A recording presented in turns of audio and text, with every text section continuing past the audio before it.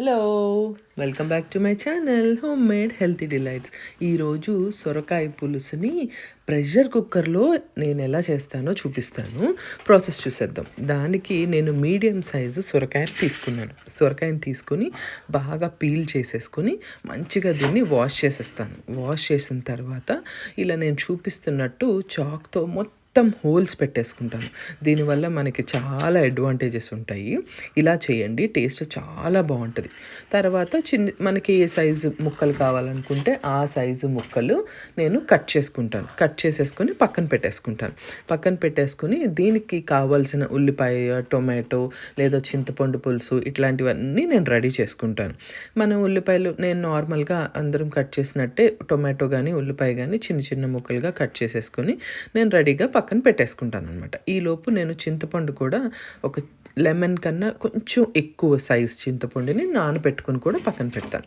డైరెక్ట్గా pressure cooker తీసేసుకొని మనము ఫస్ట్ దీనికి తాలింపు వేసేసుకుంటున్నాం. తాలింపు తర్వాత వేసుకోవట్లేదండి, ఇది రెడీ టు ఈట్ కర్రీ లాగా ఫాస్ట్గా అయిపోయే కర్రీ అనమాట. తాలింపులో నేను కొంచెం మెంతి గింజలు, 1 లేదా 2 ఎండుమిరపకాయలు, ఆవాలు, జీలకర్ర వేసేసుకొని 2 పచ్చిమిరపకాయలు కూడా వేసుకొని అవి బాగా ఫ్రై అయినాయి అని అనుకున్న తర్వాత ఒకదాని తర్వాత ఒకటి ఉల్లిపాయ, టొమాటో ఇవన్నీ వేసుకుంటాను అనమాట.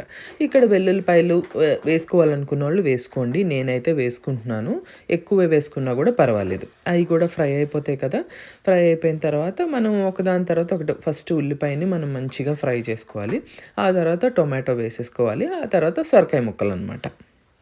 ఇలా వేసేసుకుంటున్నప్పుడు కొంచెం పసుపు, దీనికి సరిపడినంత ఉప్పు కూడా అన్నీ ముందే వేసేసుకోండి. లంచ్ బాక్సులకి అలాంటి టైంలో ఇలాంటి కర్రీ చాలా యూస్ఫుల్గా ఉంటుంది. లేదా అప్పటికప్పుడు డిన్నర్కి ఏమీ లేదు అని అనుకున్న, లంచ్కి డిన్నర్కి ఏమీ లేదని అనుకున్న రైస్ అయిపోయే లోపు ఈ కూర అయిపోతుంది అనమాట. చిటికలో అయిపోతుంది. అయితే మనం ప్రాసెస్ చూసుకుంటే నేను ఇక్కడ చింతపండు పులుసు వేయలేదండి. వేయాలనుకున్న వాళ్ళు నేను చెప్పిన లెక్క ప్రకారం నానపెట్టుకోండి. నేను ఇక్కడ మామిడికాయ పేస్ట్ ఉంటే అది నేను వేసేస్తున్నాను. లేదు మేము కూడా మామిడికాయ వేస్తామని అనుకుంటే చక్కగా ముక్కలు కట్ చేసుకుని ఆ ముక్కలు కూడా సొరకాయతో పాటు వేసేయండి. టేస్ట్ చాలా బాగుంటుంది, మీకు ఏ తేడా రాదు. ఆ సొరకాయ ముక్కలు కూడా వేసేసుకున్న తర్వాత దీనికి సరిపడినంత కారం కూడా ఉప్పు కూడా నేను ఇప్పుడే వేసేసుకుంటున్నాను. వేసేసుకుని బెల్లం ముక్కండి, అస్సలు మర్చిపోవద్దు. చాలా టేస్ట్ బాగుంటుంది. మీ టేస్ట్కి తగ్గట్టు కొంతమంది ఎక్కువ వేసుకోవాలని అనుకుంటారు కదా, అలాంటి వాళ్ళు అనమాట. నేను బెల్లం కూడా ఇక్కడే పెట్టేసుకుని చక్కగా దీన్ని తిప్పేసుకున్నాను.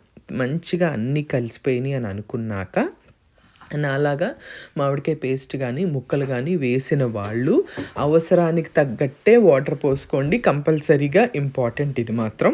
నేను ఒక 1/2 గ్లాస్ వాటర్ పోస్తున్నాను. తీసుకున్న సొరకాయని బట్టి మీరు ఇంకొంచెం పెద్దది తీసుకుంటే ఒక ఫుల్ గ్లాస్ పోసుకున్న తర్వాత దీనికి మూత పెట్టేసుకొని చక్కగా ఒక 2 విజిల్స్ రానివ్వండి. అంతే, ఎక్కువ అక్కర్లేదు. అసలు రెండోది కూడా వస్తుంది అన్నప్పుడు మీరు కట్టేసిన తర్వాత న్యాచురల్గా దాన్ని ప్రెషర్ రిలీజ్ అయిపోతుంది కదా, అప్పుడు ఓపెన్ చేసి చూసుకోండి. చక్కగా మనకి ముక్క ఉడికిందా లేదా 100% ఉడికిపోతుంది. ఇన్ సమ్ కేసెస్ ముద్ర ముక్క ఏదైనా ఉంటుందని మనకి డౌట్ ఉంటుంది కాబట్టి ఒక్కసారి చెక్ చేసుకోండి.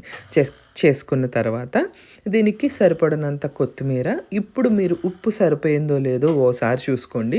ఇంకా దీంట్లో చూసుకోవడానికి ఏమీ ఉండదు. అదొక్కటి చెక్ చేసుకొని ఒక్కసారి దీన్ని తిప్పేసుకొని, కొంతమంది వాటర్ సరిపోతుంది లేదు అని అనుకున్న వాళ్ళు పోసుకుని వాళ్ళు మాత్రం ఒక్కసారి ఉడకనివ్వండి, లేకపోతే టేస్ట్ బాగోదు. ఆ తర్వాత సర్వింగ్ బౌల్లోకి తీసేసుకోండి. అప్పటికప్పుడు కావాలని అనుకుంటే ఈ కర్రీ చాలా యూస్ఫుల్, టేస్ట్లో కూడా ఏమీ మార్పు ఉండదు. అంతేనండి, మన కర్రీ రెడీ అయిపోయింది. Thank you so much for watching. Bye.